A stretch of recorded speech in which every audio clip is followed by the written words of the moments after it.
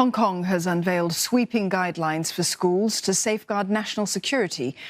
Children as young as 6 will be taught about offences under the national security law, and schools could be held responsible for any violations.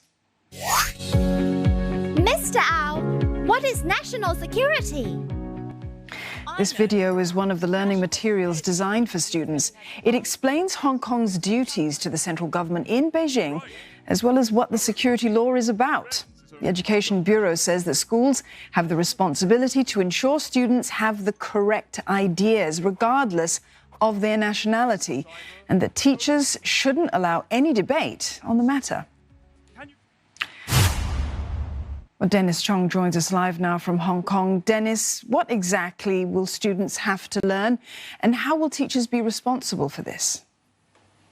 So this set of new rules actually came as a set of documents sent to schools in the late hours of Thursday. And it's been called some of the most sweeping reforms on how schools are managed in the city. Under the new guidelines, pupils as young as 6 years old, they have to start learning about the concept of national security, apart from the routine national song singing and the etiquette in observing a national flag hoisting. For the older pupils, they have to learn specifically what not to do so they don't break the national security laws, and they will be taught a whole series of topics, including the relationships between Hong Kong and mainland China, the one country, two system, the basic law, and also, they will be taught how important it is mainland authorities have the right to engage in some of the local affairs in the city.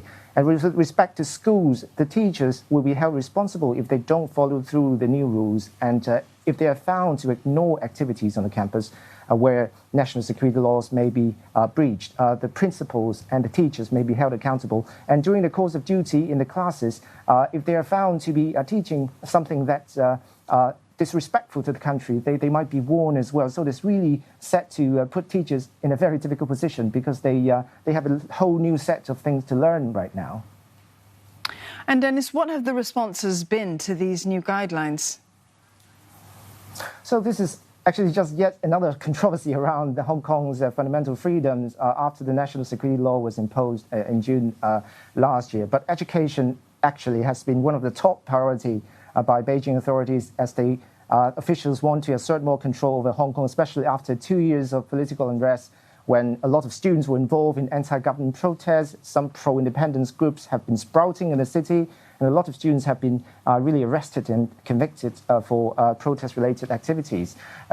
So supporters of the new rules, of course, they say it's really time to rein in to those criminal activities. But there are critics who are suggesting that it's really introducing some sense of fear, because teachers right now, they really have to find new ways to navigate through these new guidelines. And it's really now the time for the government to give more guidelines to the teachers as to how they can be trained. This is according to one of the biggest teachers union, Yip Kin Yoon, the vice president of the PTU, suggested that, even if it's important to introduce these guidelines, at least the teachers have to be consulted.